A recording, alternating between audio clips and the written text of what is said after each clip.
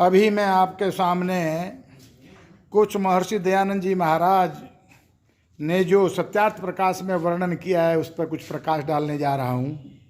हमारे देश के अंदर बहुत से ढोंगी लोगों ने किस तरह से भारतवर्ष की जनता को, इस आर्यावर्त देश को पथभ्रष्ट किया, उसके बारे में बतलाने जा रहा हूँ।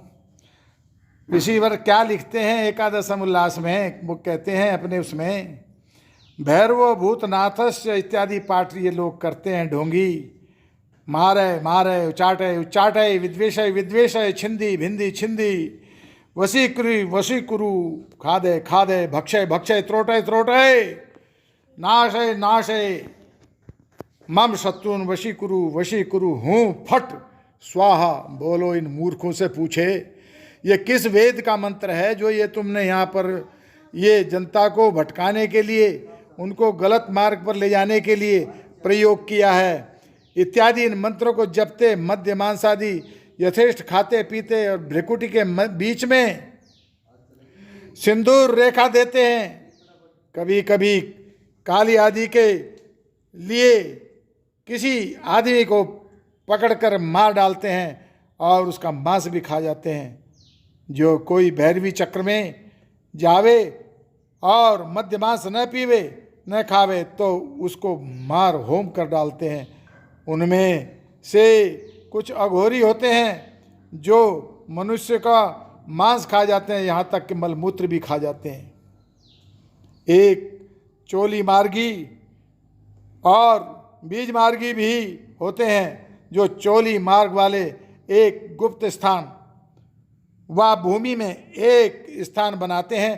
वहाँ सब की स्त्रियाँ, पुरुष, लड़के लड़की, बहन माता पुत्रवधू आदि सब इकट्ठे होकर लोग मिल मिलाकर मांस खाते हैं और मद्य पीते हैं। एक स्त्री को नंगी कर उसके गुप्तेंद्रिय की पूजा सब पुरुष करते हैं और उसी प्रकार दूसरी तरफ कुछ स्त्रियों को नग्न करके नंगा करके उनके गुप्तेंद्रिय की पूजा सब करती हैं, स्त्रियां भी करती हैं और पुरुष भी करते हैं। जब मद्य पी करके उन्मत्त हो जाते हैं तब सब स्त्रियों के छाती के वस्त्र, जिसको चोली कहते हैं, एक बड़ी मिट्टी की नान में सब एकत्र करके वस्त्रों को डाल देते हैं और एक एक पुरुष उसमें हाथ डाल करके जिसके हाथ में जो वस्त्र लगता है, वह चाहे माँ है, बहन है,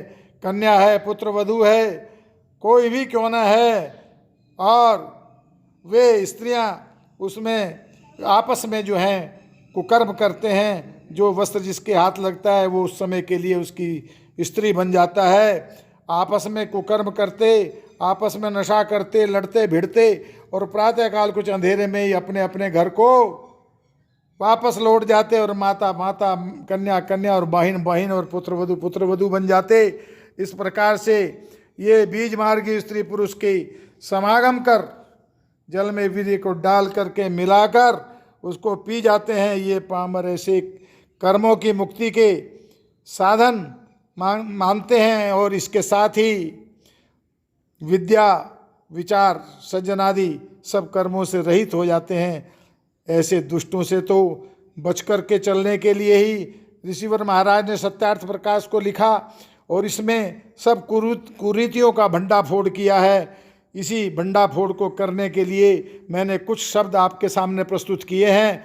ऋषिवर दयानंद जी कृत सत्यार्थ प्रकाश का आप अवलोकन करें। सारी मस्तिष्क में आई आपकी ग्रंथियाँ और गुत्थियाँ जो कि आपकी अनसुलझी हैं सभी सुलझ जाएंगी और आप सही मार्ग के अनुगामी हो जाएंगे। इसलिए मेरी प्रार्थना है आप ऋषिवर दयानंद कृत सत्यार्थ प्रकाश को अवश्य पढ़ें। ओम।